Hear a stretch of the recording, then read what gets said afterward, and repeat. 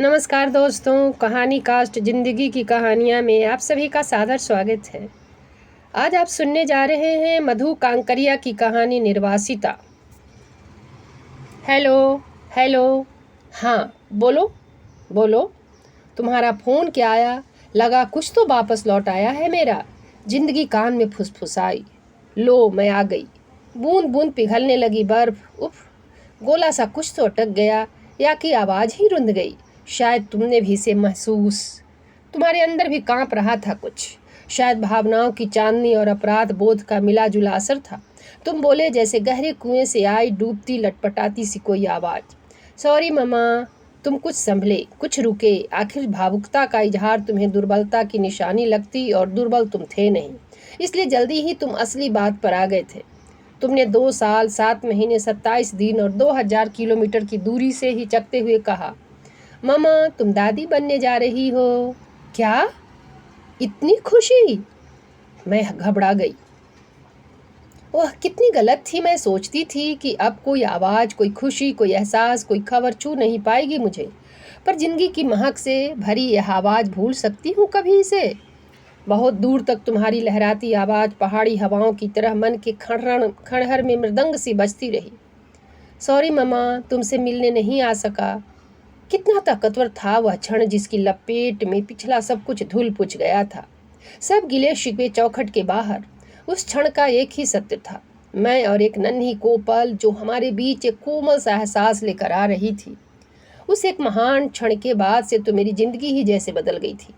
अड़ोस पड़ोस आसमान के चांद सितारे, बादल बारिश और यहाँ तक कि गली के कुत्तों बिल्ली तक को खबर लग चुकी थी कि एक खूबसूरत घटना मेरी जिंदगी में घटने वाली है।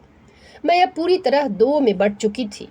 एक, मैं अभी अभी उगे इस रिश्ते की पंखुड़ी पंखुड़ी को सलीके से खोलने में लग गया था। दूसरा, मैं उड़ता हुआ दूर जा पहुंचा उस सुबह जब तुमने पहली बार किसी विदेशी आसमान को छूने के लिए उड़ान भरी थी। यह वह समय था जब भारतीय सॉफ्टवेयर इंजीनियर कैलिफोर्निया की सिलिकॉन वैली में कामयाबी की नई गाथाएं लिख रहे थे। तुम्हें भी वहीं की किसी कंपनी में सॉफ्टवेयर डेवलपमेंट के लिए आमंत्रित किया गया था। 5 साल 6 महीने और 17 दिन बाद तुम भारत लौटे थे, और लौटते ही तुम्हारा तबादला मुंबई हो गया था। देखते देखते तुम कामयाबी की बौछारों में भीगते चले गए, और मैं आवाज़ों से दूर अपने ही रचे सन्नाटों में सूखती चली गई। उसके बाद आज, सालों बाद आज तुमसे लगे सचमुच का बुलावा, सचमुच के तुम। लगा संभावनाओं ने अभी तक पूरी तरह पल्ला नहीं झाड़ा है। दादी होने के एहसास ने मुझे एक स्वप्न का गुलाम बना दिया था, और गुलाम कभी शांति से जी नहीं सकता है। इसलिए हर पल मैं अपने स्वप्न के भविष्य की नोक पलक संवारने में लगी रहती। हर पल मेरे भीतर इंतजार उगता रहता, इंतजार एक नन्हे ईश्वर का जो मुझे मेरे अंश के साथ जोड़ने वाला था। और एक दिन रिश्तों की पिछली मटमैली छाया को धो पोंछ कर मैं तुम्हारे यहाँ अचानक, अप्रत्याशित, मुझे देख तुम बहुत खुश हुए। सूर्य किरणों की रोशनी में तुम्हारी खुशी, तुम्हारे कोमल हंसी झिलमिलाई। खुशी के रंगों से भरी तुम्हारी आवाज़, अब मत जाना ममा, बहुत अकेली रह चुकी हो। तुम्हारा दिल भी यहाँ बहला रहेगा, और रीचा को भी हेल्प मिल जाएगी। लगा अरब सागर की सारी नमकीन हवाएं जैसे बहते हुए हमारे घर की ही चली आई थी। मैं सचमुच बहुत खुश थी कि वक्त ने तुम्हारी आत्मा पर जो गर्दिश उगा दी थी वह झड़ गई थी। आखिर थे तो तुम मेरा ही खून। एक सर्वथा आत्मकेंद्रित जिंदगी कैसे जी सकते थे? तुम्हारे यहाँ हर दिन जीवन का नया आविष्कार हो रहा था। हर शाम मेरे पास एक नई कहानी होती, और उसे सुनाने को बेताब होती मेरी आत्मा। तुम्हारे घर में काम करने वाली बाइयाँ और उनकी दुनिया, हर दिन मेरी दुनिया में नए झरोखे खुल रहे थे। मैं हैरान थी यह जानकर कि तुम्हारी सोसाइटी में मुस्लिम बाइयाँ हिंदू नाम रखकर काम करती थी। नसरीन निशा बनी हुई थी, नूर बानू नीरा और जीनत खुद को जया बता रही थी। मैंने देखा कि दुल्हन के हार की तरह जगमगाती इसी मुंबई से बस 50 किलोमीटर की दूरी पर ही एक ऐसी अंधेरी, अभावों से पटी, सूखे जिस्मों, भूखे नंगे और मैले कुचैले लोगों से भरी मुंबई थी, जहाँ हर सांस दहशत से भरी थी, जहाँ हर पाँव में छाला और हर हथेली में गट्ठा बने हुए थे, जहाँ हर रात एक कुचटी हुई नींद थी, जहाँ महीने भर पहले ही एक ही परिवार के 2 सदस्यों की मौत आधे घंटे के भीतर ही सिर्फ इस कारण से हो गई थी कि उनके घर में रोशनी का एक कतरा भी नहीं था। घटना पाता चापानी गांव की थी, जो कि मुंबई मंत्रालय से महज 50 किलोमीटर की दूरी पर पहाड़ी पर बसा छोटा सा गांव था, जहां वर्ली जाति के आदिवासी रहते थे। एक शाम मूंज की खटिया पर सभी सोए हुए थे कि परिवार के मुखिया के ऊपर झाड़ियों से सरसराता हुआ सांप चढ़ गया। दर्द से बिलबिलाते हुए उसने हाथ को झटका। अंधेरे में उसे कुछ दिखा नहीं। सांप पास पास में ही लेटी उसकी बिटिया पर गिर गई। बेटी चीखी। आसपास के लोग दौड़े हुए आए, खौफ जगाते और हिंसक जानवरों से भरे रात के साए साए करते नीले काले अंधेरे में मशाल के सहारे भी जब तक सांप का विष निकालने वाले ओझा गुणी को लाते, दोनों ही नीले पड़ चुके थे। इस घटना ने मेरे दिमाग में इतना असर डाला कि मैंने घर की सारी अनावश्यक बत्तियों को बंद कर दिया। क्या जरूरत है तेज रोशनियों के इस इंद्रजाल की? ड्राइंग रूम में एक हल्की ट्यूबलाइट ही काफ़ी है। किचन और मेरे अपने कमरे की बत्तियां भी बुझा दी मैंने। क्या जरूरत है? बाहर से तो रोशनी आ ही रही है। ऋचा का कमरा बंद था, इसलिए वह जैसा था वैसा ही रहा। जैसे ही तुम ऑफिस से लौटे, तुम्हारे माथे पर 3 सिलवटें पड़ी। ममा, इतना अंधेरा सा क्यों है? कोई फेज उड़ गया है क्या? कितना डिप्रेसिंग लगता है अंधेरा। मैं चालू हो गई। जानते हो बेटा, यहाँ मुंबई से ही महज थोड़ी ही दूर पर 2 जानें सिर्फ इसलिए चली गई कि उनके घर के पास रोशनी का कोई मरियल सा कतरा भी नहीं था। और सांस रोककर मैंने सारी घटना तुम्हें कह सुनाई, इस उम्मीद में कि शायद तुम भी कुछ सोचो। मेरी बातों को तुमने सुना, चबाया और फिर च्युइंगम की तरह थूकते हुए बोले, रिलैक्स ममा, ऑफिस से आया हूँ। दिन भर में यूं ही हजारों तनावों से गुजरता हूँ। कभी बॉस की फटकार, कभी रिपोर्टों की लापरवाही का रवैया, कभी ऋचा की झिकझिक, कभी ट्रैफिक जाम, कभी बारिश, कभी चिलचिलाती धूप, कभी सेल्स टारगेट का दबाव। पिछले कई महीने से कंपनी घाटे में चल रही है, सो अलग। माथा यूं ही भन्नाया रहता है। कुछ हल्की फुल्की बात करो, कुछ हंसी खुशी की बात करो। कहाँ की सांप काटने की बात लेकर बैठ गई तुम भी? क्या? मैं फूंक गई। सांस फूलने लगी मेरी। उड़ती सी एक नज़र डाली तुम पर। थकान के बादलों से घिरा तुम्हारा चेहरा, असमय उड़ते बाल, कंप्यूटर पर निरंतर झुकते रहने के कारण पीठ का स्थायी दर्द। सच, मुझे आते ही यह सब नहीं कहना था।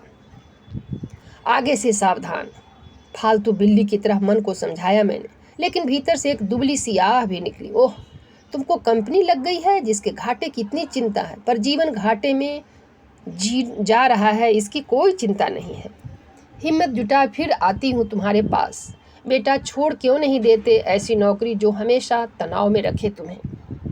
उज्बक की तरह मेरे चेहरे को देखने लगे तुम, जैसे सोच रहे हो कि किन शब्दों में मुझ कुड़ब गज को समझाया जाए।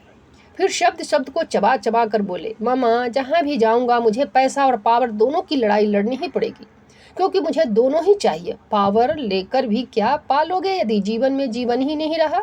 मैंने उसे कहा नहीं, कहना जरूर चाहती। उखाड़ थी, पर तब तक उसकी पुतलियों के रंग बदल चुके थे और मैं डर की गिरफ्त में आ चुकी थी। रात सो नहीं पाती, छोटी सी नींद, बड़ी सी रात, रात भीतर रात, कई रात, स्याह रात।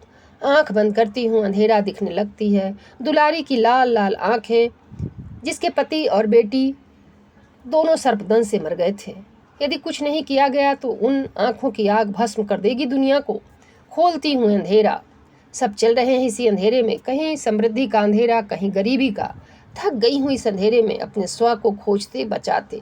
खुद को ढीला छोड़ देती हूँ पल भर के लिए। लगती है आंख, लगता है स्वप्न, स्वप्न भीतर स्वप्न देखती हूँ। स्वप्न की अब मैं कभी बूढ़ी नहीं होंगी, क्योंकि मैं स्वप्न देखने लगी हूँ। स्वप्न एक नन्हे के आगमन का, जो फिर से जोड़ेगा मुझे मेरे अंश से। महीना, 2 महीना, 3, 4, देखते देखते 7 मास बीत गए। अमूमन मैं पूजा पाठ में यकीन नहीं करती, लेकिन मैं चाहती थी कि मातृत्व और भ्रूण की मंगल कामना के लिए यदि ऋचा की सहमति हो तो ऋचा का सतमासा पूजा जाए। मैंने हिम्मत कर कहा भी, पर तुम्हें यह सब पाखंड लगता। नीली रेशमी टाई की गांठ को ढीला करते हुए तुम झल्लाए, भ्रूण हत्याओं वाले देश में सतमासा पूजन, इससे बढ़कर पाखंड और क्या होगा? मैंने समझाना चाहा। इस भटके हुए देश में यह बताने की जरूरत और भी ज्यादा है कि औरत की कोख से छेड़खानी कर हम सिर्फ तबाही को ही न्योता दे सकते हैं। तुमने इस तरह देखा मुझे जैसे जाने किस अजूबा से पाला पड़ गया हो और शब्दों को पत्थरों की तरह फेंकने लगे मुझ पर। तो इसके लिए पूजा का बहाना क्यों? क्योंकि यहाँ के लोगों को पूजा की भाषा ही ज़्यादा समझ में आती है। इस पूजा के द्वारा मैं कहना बहुत चाहती थी, पर कहती किससे? इन सब बातों के लिए ठहर कर बैठना जरूरी था, पर तुम बैठना भूल चुके थे। तुम्हें दौड़ने की खुजली थी। बोलने को बेताब मेरी आत्मा फड़फड़ाई। काश मिल जाता कोई बिल्ली का बच्चा तो बतिया लेती उसी से। फिर एक सुबह सी सुबह, पत्तियों पर बजती बारिश और उससे उठता अद्भुत संगीत। जल्दी उठ गए थे तुम, अद्भुत रूप से शांत दिख रहे थे, जैसे समाधि से उठे हो, शांत निर्विकार। दूर कहीं कोई चिड़िया चहचहा रही थी। एक चिड़िया मेरे भीतर भी चहचहा रही थी। मैंने तुरंत ही घर के बनाए मसाले की चाय तैयार की तुम्हारे लिए। बहुत पसंद आई तुम्हें। खिली खिली निगाहों से मुझे देखते हुए कहा तुमने, मम्मा मैं तो इतनी मसालेदार चाय का स्वाद ही भूल गया था। तुम्हारे शर्ट्स पर बिस्किट का चूरा बिखर गया था, उसे हाथों से झाड़ते हुए बोले तुम।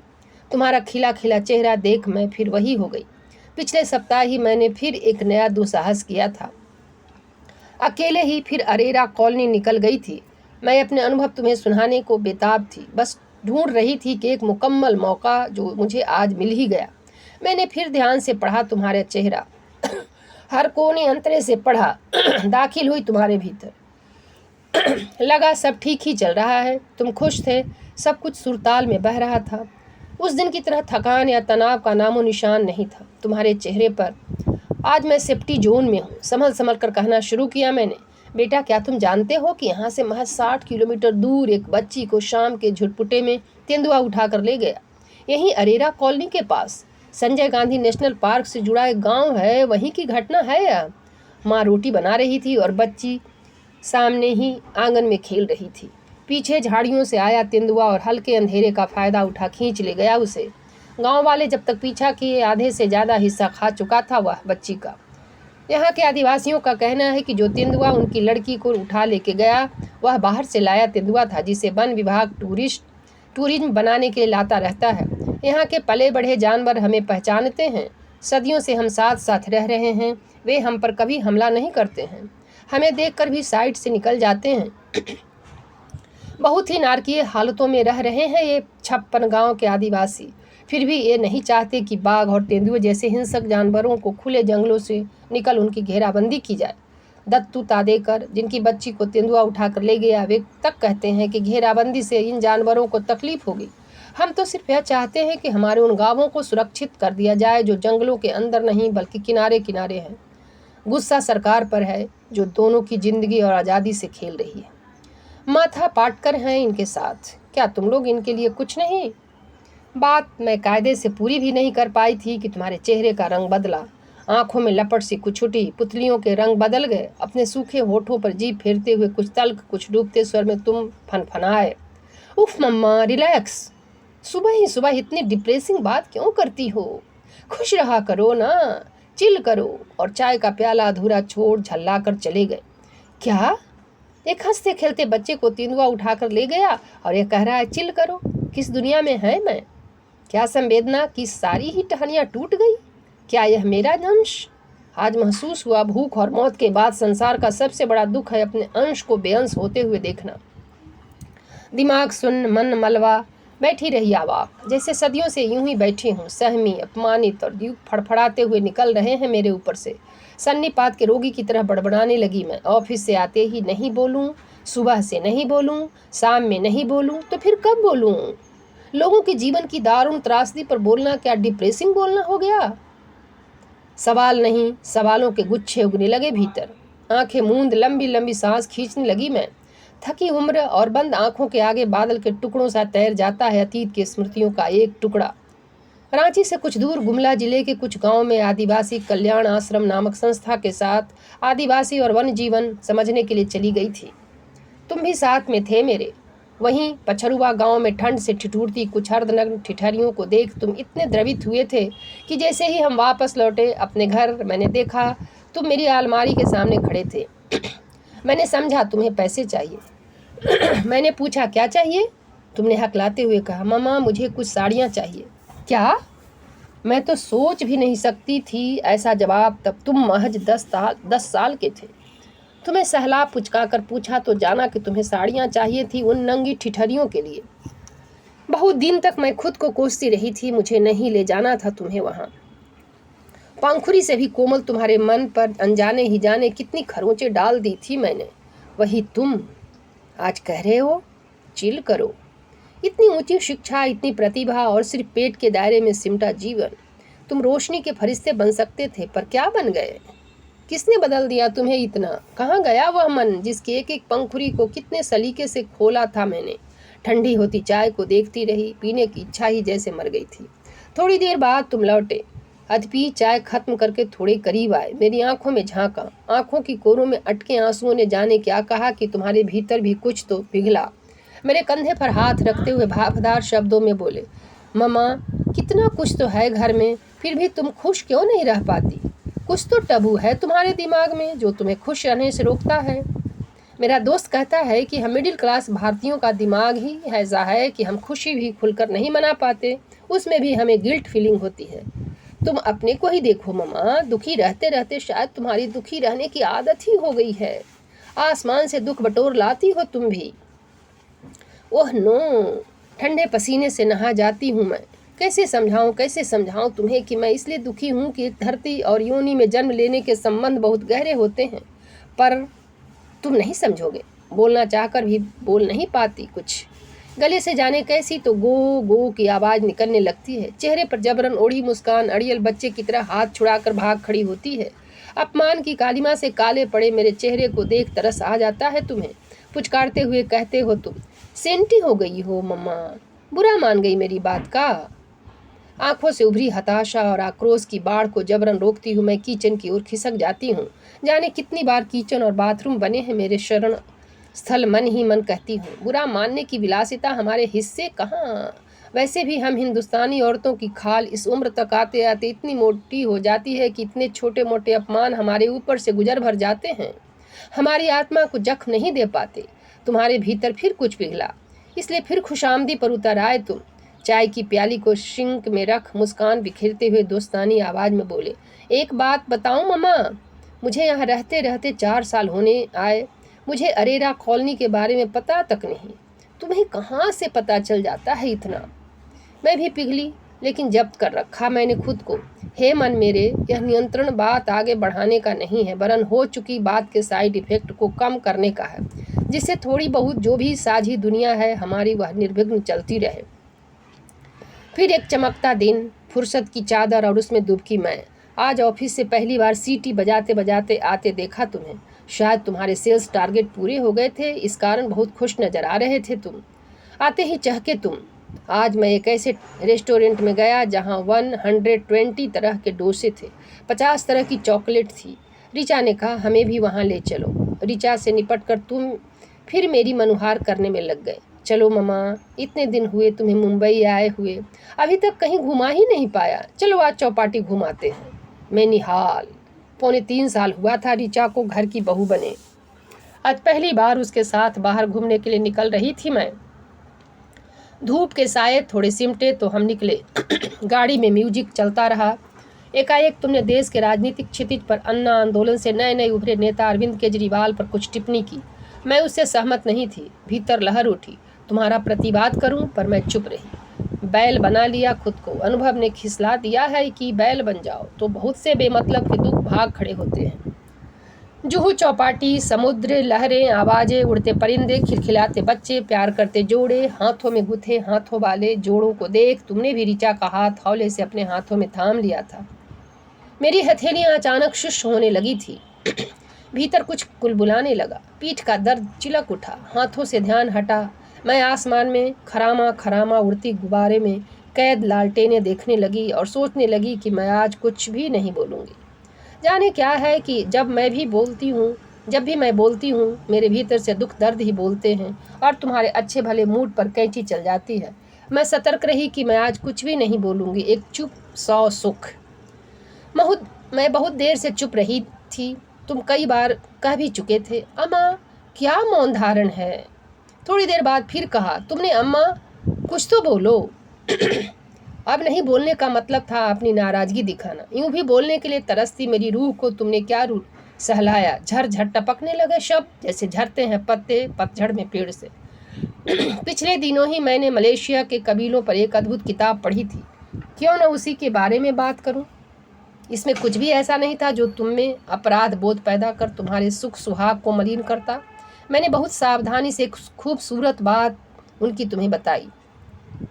जानते हो बेटा, मलेशिया में एक कबीला है, सिनोई कबीला। इस कबीले के लोगों के बीच एक विचित्र नियम है कि सुबह उठते ही परिवार के सभी सदस्य एक साथ बैठते हैं और पिछली रात देखे गए अपने स्वप्नों के सबके सामने कहते हैं। फिर वे इन स्वप्नों की व्याख्या करते हैं। वे मानते हैं कि ये स्वप्न उन्हें पूर्वजों से जोड़ते हैं और पूर्वज इन स्वप्नों के माध्यम से उन्हें उनके जीवन के निष्कर्ष और आने वाली समस्याओं का समाधान और आने वाले दुख का निदान सुझाते हैं। इसलिए सब सामूहिक रूप से उस दिन की योजना तय करते हैं। मैंने यह भी जोड़ा कि बहुत पहले मैंने स्वप्न देखा था कि लोग नमक का स्वाद ही भूल गए हैं। भर भर मुट्ठी नमक मिला रहे हैं खाने में, पर खाना वैसा ही नमकहीन और बेस्वाद बना हुआ है। अब बताओ, इस स्वप्न की क्या व्याख्या हो सकती है? क्या संकेत दे सकता है यह स्वप्न? अपनी बात समाप्त कर मैंने बड़ी हसरत से देखा तुम्हारी ओर। इस बार तो शर्तिया तुम खुश होंगे। कितनी विचित्र बात मैंने बताई थी तुम्हें, पर कुछ पल तुम्हारा चेहरा प्रधानमंत्री मनमोहन सिंह की तरफ भावहीन बना रहा। फिर तुम झुंझलाए, छोटी सी उबासी लेते हुए सूखी आवाज में मेरी बहकती बातों पर एक दहकती टिप्पणी जड़ते हुए बोले, मामा यार, कहाँ पहुँच गई तुम भी? मलेशिया? अरे अपने घर और अपने देश की बातें खत्म हो गई क्या? नॉर्मल आदमी की तरह स्वादिष्ट बात क्यों नहीं करती मामा? खाना तो इतना स्वादिष्ट बना लेती हो। बोलते हुए तुम अपने रीबॉक के जूते में लगी समुद्री बालू को जोर जोर से झाड़ने लगे थे, जैसे मेरे विचारों को झाड़ रहे हो। लो, फिर क्या हो गया? इस बार क्यों चिढ़े तुम? माजरा क्या है? कुछ भी बोलूं पासा उल्टा ही पड़ता है। पानी में डोलती परछाई की तरह क्या फिर पकड़ नहीं पाई तुम्हारे मन को? कानी नजर से देखती हूँ ऋचा तो नहीं कहीं आसपास। चल रही हूँ मुस्कान को ढीठ की तरह चेहरे पर ओढ़े, साथ साथ चलता जा रहा है अंधेरा। हीरामन की तरह तीसरी कसम खा लेती हूँ, जो भी हो जाए अब कभी नहीं बोलूँगी इससे, सिवाय जरूरी बातों के, कि दूसरे दिन ही टूट जाती है कसम। तुम्हारे दोस्त की माँ की मृत्यु हो जाती है। उन दिनों नेत्रदान करवाने का भूत सवार था मुझ पर। अभी तक 4 परिवारों में नेत्रदान करवा भी चुकी थी। यह मौका खोना नहीं चाहती थी। इस कारण निर्लज्ज ढीठ बच्चे की तरह फिर आई तुम्हारे पास। सुना है तुम्हारे दोस्त की माँ की मृत्यु हो गई है? तुमने गर्दन हिलाई, मुलायमियत से देखा मेरी ओर। मेरा साहस लौटा। झिझकते स्वर में अपनी आवाज के एक एक टुकड़े को जतन से जोड़ते हुए फरियाद की, बेटा मैं चाहती हूँ कि तुम आगे बढ़कर उनके नेत्रदान के लिए पहल करो। तुम्हारे भाव फिर पलटे, माथे पर सिलवटें गहराई, कठोर नेत्रों से ताका तुमने मेरी तरफ। उफ मम्मा, कितना बोलती हो तुम भी, कुछ भी बोलती रहती हो। यह तो सोचो कि उस महिला ने जिंदगी में बहुत कष्ट झेला है, अब शांति से क्या उन्हें मरने भी नहीं दें? मरने के बाद भी उनकी चीर फाड़ करें? और यह भी तो सोचो, ऐसे गमगीन मौके पर बोलूं भी तो कैसे? क्या सोचेंगे उनके घर वाले मेरे लिए? आक्रोश, परेशानी और खिन्नता के मिले जुले टुकड़े तुम्हारी आवाज़ से तारों की तरह टूटे थे। टहनी सी फिर टूटी मैं। क्या कुछ गलत कह दिया मैंने? क्या दिमाग ठीक काम नहीं कर रहा है मेरा? क्या मेरी सोच पर कोहरा छाया हुआ है? कहाँ तो पढ़ा था कि शादी होते ही औरत की अक्ल का 1/3 घास चरने चला जाता है और बच्चों के बड़ा होते ही बच्चा 1/3 खुद पर छोड़ भाग जाता है। तो क्या मैं सिर्फ बचे खुचे 1/3 अक्ल से काम कर रही हूँ? अरे इसमें बुरा क्या है? और कौन जाने इनके बेटों में सद्बुद्धि आ जाए और तैयार हो जाए वे नेत्रदान के लिए, तो 2 आदमियों की दुनिया रोशन हो जाए। रोक नहीं पाती खुद को, चूहे की तरह धड़कते दिल को थाम आखिर बोल ही देती हूँ। इस बार चोले से बाहर निकल आए तुम। मामा प्लीज, क्यों भेजा फ्राई करती हो अपना? क्यों हमारे मामले में दखलंदाजी करती हो? आने वाले बच्चे की सोचो, माँ हो, घर की खुशहाली की सोचो, दादी बनने की सोचो और खुश रहो। आवाज में खीज, विद्रोह और संतोष की मिली जुली छायाएं मचल उठी थी। क्या कहा? मैं सिर्फ बच्चे के लिए ही सोचूं, पीड़ित मानवता के लिए नहीं? लगा जैसे घर की छत एकाएक टूट कर गिर गई है मुझ पर। नहीं, यह दुनिया नहीं, यह मेरी रचना नहीं, यह मेरा अंश नहीं। नहीं जी पाऊंगी मैं इस भाव शून्यता की बदबू में। क्या मेरे होने में ही है ऐसा कुछ जो प्रेरित करता है कि मैं कुछ नहीं बोलूं, और बोलूं तो भी सिर्फ बेटे पोते, गहने कपड़े, जेली अचार मुरब्बा के कोकून में ही बंद रहूं?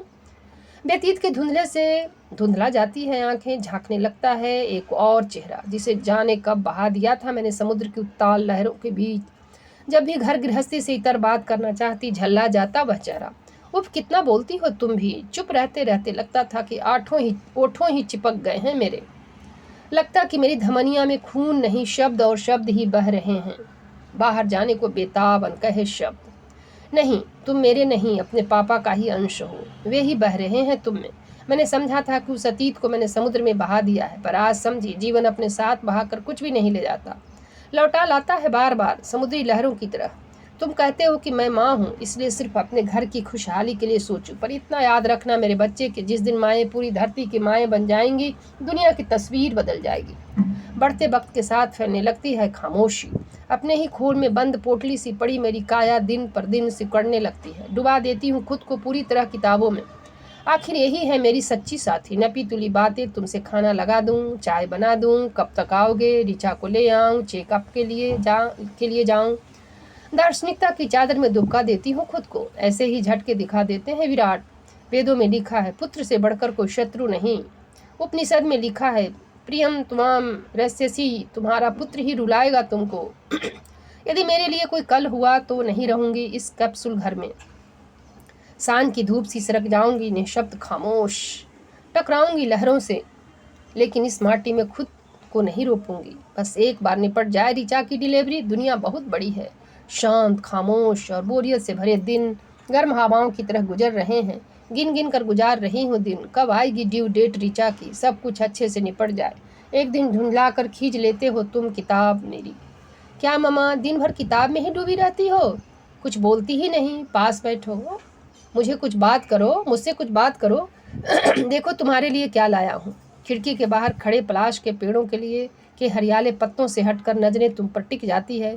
तुम्हारी आंखों में वैसी ही जिद्द, वैसी ही बेबसी, वैसा ही प्यार, वैसा ही उतावलापन है जैसा दूर बचपन में तुम्हारी आंखों में झलकता था, जब मैं कपड़े धोने में मशगूल रहती थी और तुम छीन लेते थे मेरे हाथ से साबुन।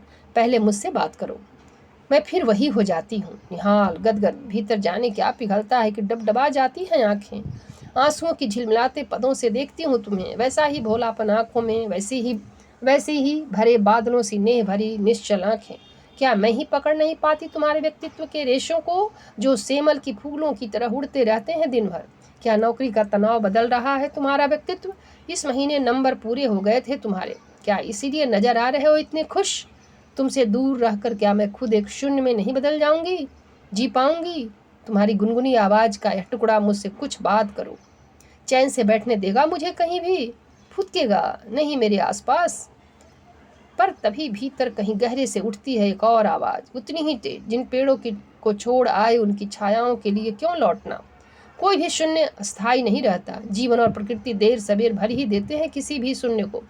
मुझे वहां जाना है जहां चहक सकूं, बांट सकूं खुद को रेशा रेशा। उफनती समुद्री लहरों की तरह टकरा रही हैं दोनों आवाजें मन के कूल किनारों से। तो समाप्त हुई कहानियाँ। नमस्कार दोस्तों, धन्यवाद।